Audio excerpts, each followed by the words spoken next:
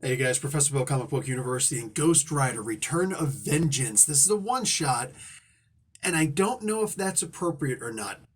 Honestly, we're going to get into that good stuff after we give credit where credit's due. Howard Mackey, the creator of Vengeance, Michael Battolino, he is the writer. Javier Saltares, who I think it was Ron Garney who was on the book when Battolino and Vengeance was created. But Javier Saltares, if you remember, he's the guy that was on issue one of the Danny Ketch Ghost Rider. He is the co-creator of Danny Ketch. Sad that Danny wasn't in this. Not really, just in a flashback. Saltaris also did the first 10 pages of inks in here. Mark Deering did all the rest of the pages, 11 through 25. And Arif Prianto doing the colors. VC's Joe Sabino on letters. Jay Bowen doing the production and logo design. Saltaris and Edgar Delgado doing the cover and the whole bunch of variant covers on here. Guys, I'm actually a little sad that... man. I'm sad and I'm happy. I'm happy because this really felt like it was just a return to the mid 90s, the early and mid 90s, where Danny Ketch Ghost Rider was one of the most beloved books out there. I mean, yes, he was another Ghost Rider, but when you think about it, he was technically a new character, and he's one of the few new characters who actually worked in the early 90s when they were just they were launching characters at us in a freaking potato shooter, right? Like, wow. And most of them did not work. Anybody remember US Highway number 1? You know what I'm saying? Like, there's a lot that just did not work. Oh, man. And one of those characters, just for the sake of conversation, is Darkhawk and Sleepwalker. There's another one. And it's nice seeing them come back, but they always come back and they disappear again. And I wonder if that's going to be the fate of Battolino, because he is back.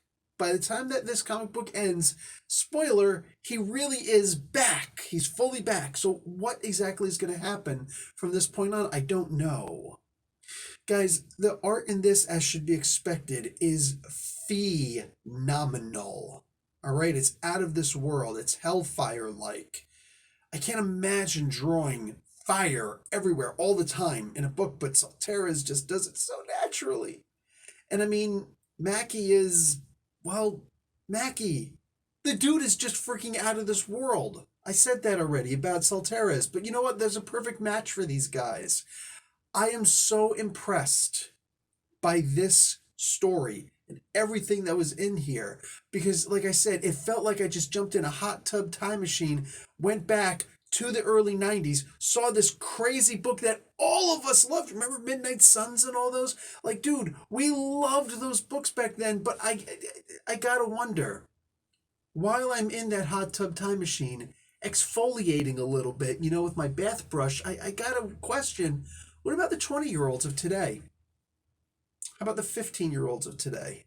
Do they read this comic book and say, wow, this was pretty good? Because while I can understand the way that he was brought back, I could still also, and say, like, oh, this was good. I can also see it as being the campiest, most ridiculous freaking thing in the world. It was easy to impress us when we were kids. Just do something stupid, crazy, and we'd be like, yes, it works. But today, do the kids today actually see this and say, huh, yeah, that makes sense. Okay, cool. I don't know. So if you are below 30, like age 30 or below, I would really like to hear what you thought about this comic book, genuinely, because I don't know how this is going to hold up. I really don't. But man, if you guys can go back, if you youngsters can go back and see the origin of Vengeance, starting off as just this guy who was sent to stop a Ghost Rider, and Danny Ketch just happened to fit the bill.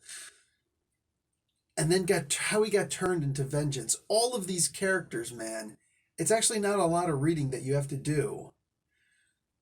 But bruh, this, I wonder if you can go back and read those and say that you enjoyed yourself. I really do. But this, I just want this to work. And I don't know if that means that Mackey has to go full forwards, full steam ahead, like he normally would, or if he just maybe subdue it a little bit. I don't know. How do you ask a man like this to hold back? You don't do it. You don't do it. I'm glad that Battleino's back. I'm looking forward to true vengeance happening. Oh, I think he said, like, I am vengeance, like 3 times in this. Like, dude, it's barely 20, 25 pages. Like, can we hold down on that a little bit? Like, come on, bro. I get it. Like, once an issue should be fine, right? But man, this was so good.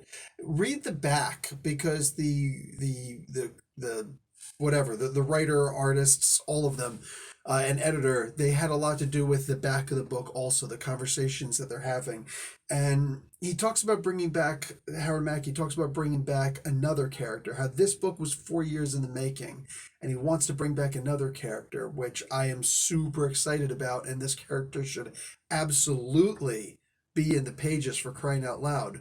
But all that being said, I don't know how this book is going to hold up today. But for me, bringing me back, for making me freaking, I think I was 15 when this book was coming out, for making me 15 again, and the exfoliation, I want to genuinely thank the people on this book. Wow, this was amazing. Guys, love, peace, and hair grease. I'll talk to you guys later. Like the video, watch an ad. Professor Bill, Comic Book University. Class dismissed.